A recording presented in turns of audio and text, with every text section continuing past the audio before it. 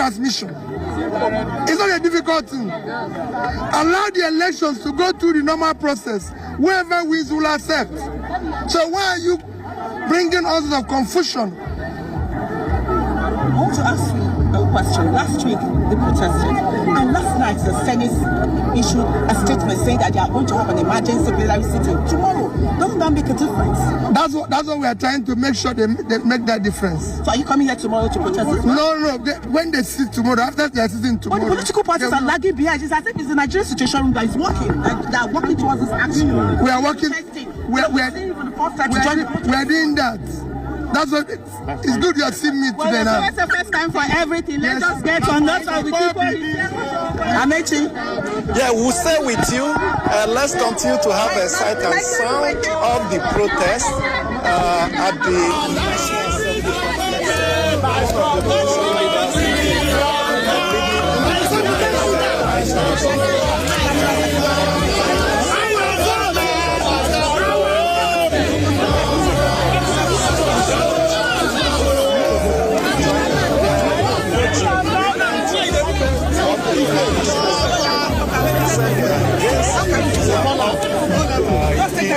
The easiest way for you to know the enemy of Nigeria is anybody that is working against the electronic transmission of results real time come 2027. I want you to know that person as the enemy of Nigeria. Whatever electoral reform that they are having in Abuja there, if it does not contain real-time transmission of results, then I want you to know that National Assembly is an enemy of this country. Any politician, any commoner, any individual, any organization, any party that works against real-time transmission of results, I want you to note that person as the enemy of this country. Look at these results. This is what they did 2023. They want a repeat of this thing. They want to repeat this same thing that they did 2023. What kind of falsification of result is this? What kind of manipulation is this? What kind of adulteration of result is this? What kind of rigging is this? Look at what they did to Labour Party. Just, I want you to carefully take your sentiment out of this. Anybody that tells you that real-time transmission of results is not the way forward, I want you to know that person. Take note that that person is the enemy of this country. I don't care whether he's Akpabio. I don't care whether he's the governor of, even my most loved governor, Alex Oti. If he comes out to tell you that he is not in support of real-time transmission of results, I want you to know that Alex Oti will now become an enemy of this country. The only way forward is real-time transmission. Anybody that says otherwise is an enemy of this country. Whether you are Igbo, Hausa, or Yoruba, I don't care your tribe. As long as you speak against electronic transmission of results real-time, you are an enemy, because that electronic transmission of results real time is the only way you cannot have this kind of falsification of results, because it will be, you people will vote, you use beavers and capture it and send it to IRF immediately. You send it to INEC portal immediately. But all of them are running away because they know that if you have real-time transmission, they will not be able to manipulate the results. It will become very tedious. It will become more like a Herculean task for them to adulterate the result, and that is why they are running helter-skelter. They call it their nonsense electoral reform. What are you reforming? What are you reforming? You want to maintain what you did 2023, so that, you know, it will be easy for you guys to rig the election. I know, even if you have the electoral, even if you have real-time result, of course, you people complain that the Labour Party is going to hack the result. Someone said it, that the OB is looking for an opportunity to hack the result. Don't you have hackers? Don't you people have hackers? Are you saying that you don't have people that can protect the results? Are you saying that we don't have enough hackers in Nigeria? Ethical hackers, I mean. Ethical hackers that will protect the results. Don't we have them in Nigeria?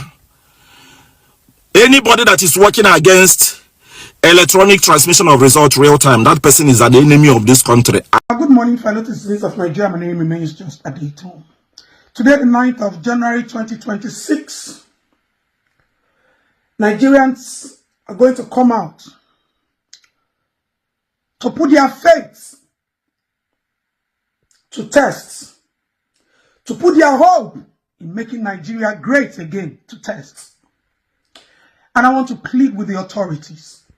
Senator Akpabio, Inspector General of Police, all state securities, the military, everybody. The lives of every citizen matters and must be protected. We have a generation that is woke. A generation who believes in their country. A generation who understands that democracy is for the people and by the people. If you don't trust in your system, how can you love your country? But you will realize that we have a generation that loves their country, but they do not trust the system. Our forefathers made sacrifices. And I believe that we all can sacrifice our greed, our quest for power and money for this generation. This is a generation that have not benefited anything. They've taken their lives in their hands. This is a generation that wants to cure hunger for themselves and for the coming generation. If our leaders look very well, we're raising a generation that is disconnected. A generation who don't believe in the government anymore.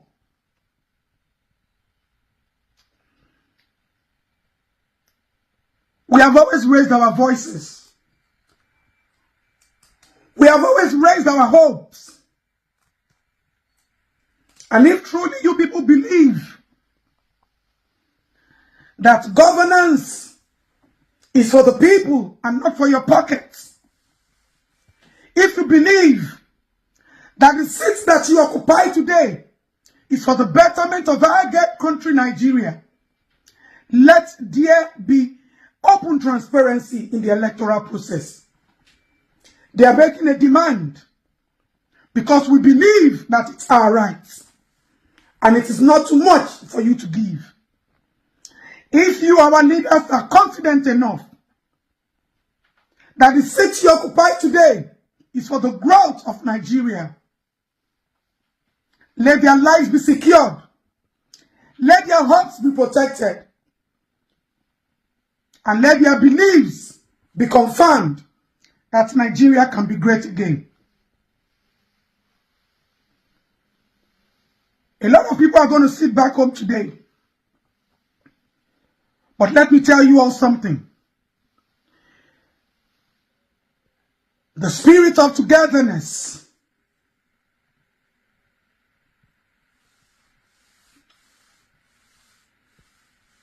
is one thing that I learned growing up as a child from Nelson Mandela.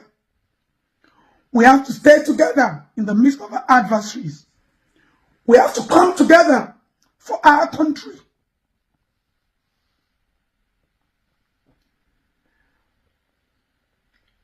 Confidence does not require cheating. It doesn't require intimidation. It doesn't require oppression. Confidence is given and is built.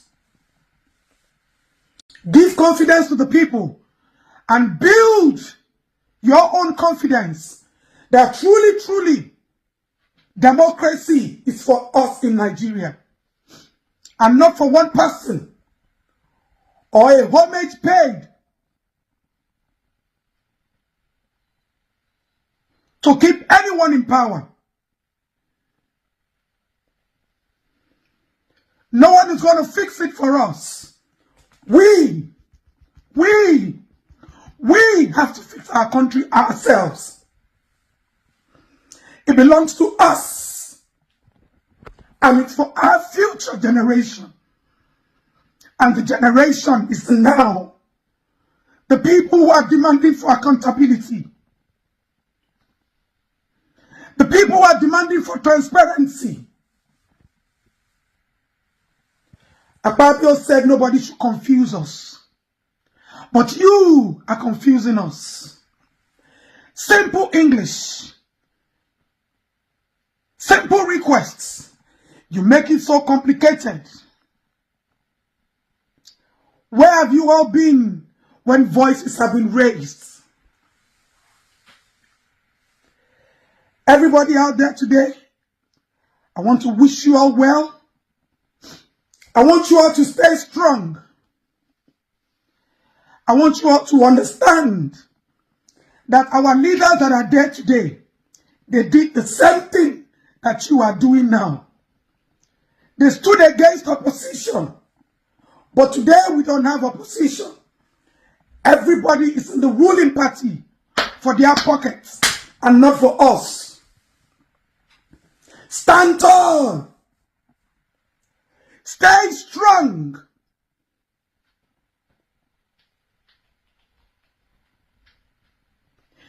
A great country is not for the weak. If you didn't benefit infrastructures, if we didn't benefit amenities, we must benefit in democracy, because this will work for us automatically and we will not be beggars. Politicians like to give chick feeds. They starve you to the point where you have to come beg.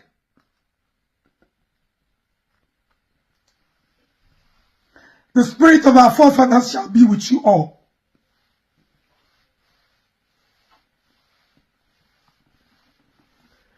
The blood on the green, white, green of NSAS shall not repeat itself. The spirit of Africa will be with you all. We will continue to fight. We will continue to speak. Not because we are weak, but because we are hopeful. Our parents failed us. They couldn't speak for us. And we must not fail the coming generation. And we will continue to stand and speak for them. Electoral process must be transparent and fair. Accountability in time is a must, and we will get it. So, if you are in there, stay focused, be positive, and if you are out there, stay strong and stand tall in the face of oppressors. God be with you all. Almighty Allah protect you. Agbára tó pilẹ̀ wa. Agbára tó pilẹ̀ àwọn bàbá wa. Agbára àwọn làákàyè àti làámọ̀yé. Aṣàlábò fún yín o. Ìjà yá dópin, ogun yá sì tán. Orin ayọ̀ la ó fi kọ. Pledge to Nigeria, our country, to remain faithful, loyal, and honest. You all are defending the unity of this country. So help you, oh God. Mostly on the election bill, because that's the future of Nigerians. And I'm going to dispel a lot of lies, because I see people are selectively lying. It has gotten to a point where a lot of people are lying. Lie number one, they tell. Nigeria do not have adequate network in all parts of the country to ensure election transmission of results. A big lie. In the last election, INEC recorded about 95% full-on transmission. In fact, that was the presidential because of the case of the technical glitch, which INEC has not been able to tell us why. But also, you had higher percentages, even more than the 95%, in cases around the elections of the State House of Assembly and the House of Assembly election, the parliamentary elections. In 2022 Osun by-election, you had 98 to 100% transmission as at the night of the election. So the first lie a lot of people come to tell you is that, oh, we don't have enough network. It's a lie. Second lie, the people that come to make the argument that we don't have enough network to transfer, they don't even know the size of the sheets where you transfer. the election sheet, the picture of the election sheet you transfer. The election sheet is between 700 to 800 kilobytes, not even up to 1 megabyte. And that can easily be transferred. Another lie they tell is, how many countries do electronic real-time transmission? It's another big lie. There are many countries that do it. There's Kenya, that did it successfully in the last election. There is Brazil, which is almost our size in terms of democracy and even have more voters. You have countries like India, which is one of the largest democracy, if not the largest democracy in the world. They have electronic transmission. Countries called the Philippines. So this other argument they make, how many countries? There's another lie they spew. Do America even do electronic transmission real time? The reason why America doesn't do it, because America operates full federalism. Local governments do their election precinct by precinct. You get results from there. But those results were also released to different sources in almost like a real-time manner. That's why you see America can have exit polls. Thirdly, what are the arguments? Because a lot of people don't even understand the arguments. The argument is that we want to make this process justiciable. That's the argument. Currently, it's not justiciable. You can't take the result from IRF. And that was what happened in the Peter Obi case that they filed. Because they went to get the result from IRF, thinking they can file it in court. Courts then said, no, it's not justiciable. That the best you can do is to use it as corroborative evidence, but it's not the hard evidence.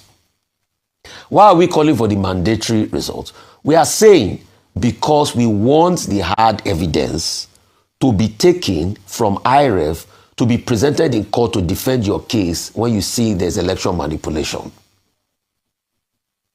Another lie they tell, in the last election, one of the reasons why Peter Obi didn't do well is that he didn't have enough polling agents. If he had enough polling agents in 176,000 polling units, they will be able to give him all the election sheet to defend his election. It's a lie. There is no political party, I have based on empirical data, that had close to 20,000 or 40,000 result ECHA sheets of all the polling units across the country. Where are you going to get the skill from? I say to them with empirical certainty, if they had it, they should come out in their data room. The people they put on the field under election conditions, you will get over 176,000 sheets. It's not possible now in a country where you have multiple polling agents work for multiple political parties under election condition. So let's stop deceiving ourselves. So that scale is almost impossible. So when they say that, and that's why we are calling for the use of the IRF to be the general scale that everybody can have access to. If you feel disgruntled, you can also go and pick your data from there and be able to prove. That's what we are talking about. So that's why we are saying this matter is pertinent. And the Senate, with due respect, a lot of people that make very daft arguments. This argument of no network was the same argument you made in 2023, guys. I mean, think of something new. You are not challenging us intellectually. I mean, we feel scared that it's this quality of senators that are there, that are making the same argument they made in 2023, that is not holding. It's not landing. Think of, be more, cerebral. I mean, if you had even talk about the technical role of hackers, or you try to get one or two hackers to try to see if the system is fail-proof and all of that, I mean, you bring the empirical data, we can even look at it. But think of something. This argument of no network or country, it's not landing as an argument. So these are the issues this morning. And these are the arguments we are trying to make so that they can make it justiciable, so that you can have scale. Countries that did it successfully, I mean, to a large extent, it reduced the tension in Kenya in the last election. We could all follow the tally as it was going on. And it's been used in many off-cycle elections, but this attempt not to pass it and all of these arguments, then it's not going to hold water. The Senate is going to hold an emergency sitting. Please, other senators, please go after them and let us ensure that this is mandatory.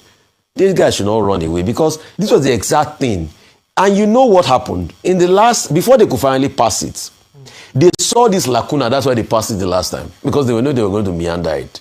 Because I know they've been calling their consultants and telling them, how are we going to meander the law? That's what they do. They did every time. We know the details. We know the consultants they talk to.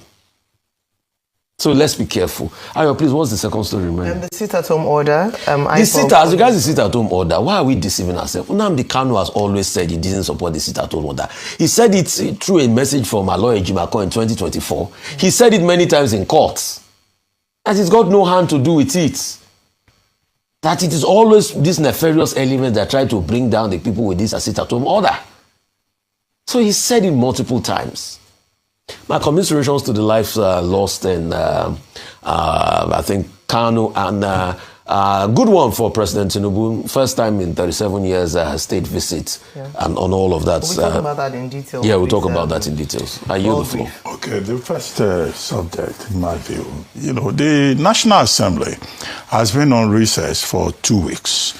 And now the chairman of the National Assembly has called them back to meet tomorrow. By noon tomorrow to follow what they call votes and proceedings, which is basically a process for the endorsement of the position of the Senate. So it's just procedural. Before you now have the harmonization conference committee of the entire National Assembly, namely the meeting between the Senate and the House of Reps to harmonize their position. It is also important to note that the Senate President, Chairman of the National Assembly, said over the weekend that the National Assembly will not be intimidated. And he made a point, also corroborated by the Chairman of the Independent National Electoral Commission, that electronic transmission has not been removed from the deal. However, what has been done is to remove the idea of real time and to say that, look, electronic transmission will be done at the polling unit level, at the ward level, at the state level, at the national level, but not real time. Okay, the argument that in 2023, that there could be a problem with, transmission infrastructure, electricity, and all that. Well, there is a research that has been done by the opposition parties that, in fact, show that 93% transmission to IREV in 2023 worked. It only did not work during the presidential election. We still treated this subject yesterday with one of the stakeholders on This Day Live, the Sunday talk show. And that why are they now saying that it will not work this time around? People live in rural areas. They do electronic transfer.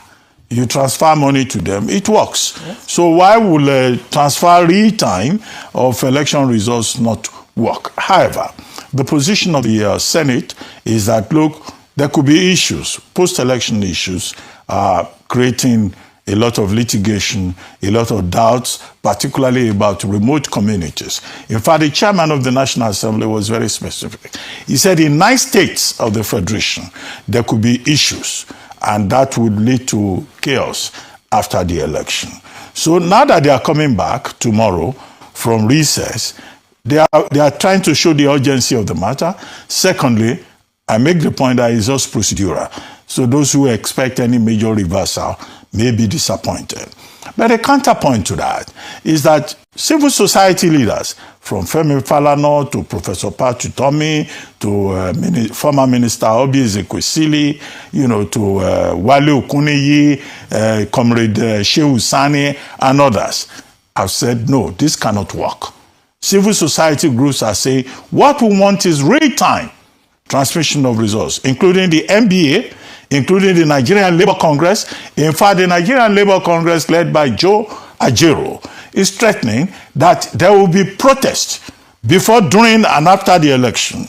So the only thing we can say is that the National Assembly should not just say nobody can intimidate us. It is important to listen to these people, because the basic thing that Nigerians are asking for is free, fair, and credible elections. They just had an election in Japan, a snap election called by Sane Takaichi, the first female prime minister of Japan. The election was yesterday. By end of yesterday, we already knew who the winner was. Takeshi winning with 65%. Abati, the Liberal Democratic Party, taking 68%. The best result, that the Liberal Democratic Party or any other party in that country has recorded. In Thailand, they also had the election. These February elections that Adifemi Akintoye reminded us of. And we already know how that three-way process in Thailand is going. It's not a rocket science.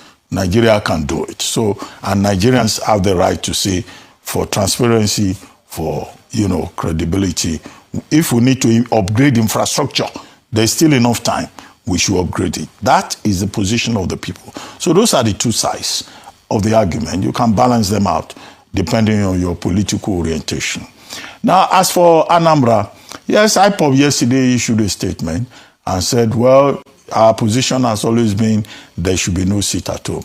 That message that they have been putting out there, as they say, was never ever driven home until we had the courage of the sitting governor, that's Professor Chukwuma Charles Soludo, who summoned the courage to say this has to stop for economic reasons. He, being a professor of economics, does not see the sense why Anambra State alone will be losing over 8 billion naira every Monday, and the whole of the Southeast will be losing a total of 19 billion naira every Monday. And then he summoned the courage and said, look, I will shut down Onitsha main market. And he did for a week. And that if Onitsha main market traders still continue to stay at home, listening to vagabonds, well, that's not the appropriate word, but listening to, people who are trying to sabotage the state, saboteurs will be a more appropriate adjective, that he will in fact shut down that entire market and rebuild it, and in fact revoke the allocation of the market stalls. Last Monday, everybody showed up in the market. Everybody. People, civil servants went to work and all of that. So, and I made a point when that happened, last Monday, I think, that it takes leadership. So what is the catalyst here is the courage, the leadership, the wisdom of the governor. And this morning, I read a piece, Anambra is ready for business, I think by Christian Aburime, the chief press secretary to the governor, saying that everybody should go out and this morning go and check. People are on the streets. So leadership also requires courage. And so while IPOB has reiterated his position, I think the major credit should go to Governor Chukwuma Soludo, who forced the issue and said, if you don't go to that market, there will be an issue. Last Monday, I reported that I saw stories saying he went to the market. Yeah, he did. To shop, to buy things, and all of that. So I think it's a liberation moment for not just the people of Anambra State, Indi Anambra, as they are called, and also the whole of the Southeast. The Agune Chamber, there is a group called Agune Chamber, which the governor deployed to provide security for the traders. And having seen that they will also be protected and secured, of course, they came out. Now, quickly. Now, I think the president and his wife receiving this international recognition is very good. And that's why we have been remarking it. Critical senators or some people who are there on the mandate of the people miss out on key debates and key issues like this. And so that's one thing, that they come out, they've been invited by the Senate president. Number two is that hopefully they will take away personal and political interest and put for once the interest of the Nigerian people at the fore of their decision making. Unfortunately, I'm not very optimistic, but I want to put some faith in the Senate to actually do right by the Nigerian people whom they represent.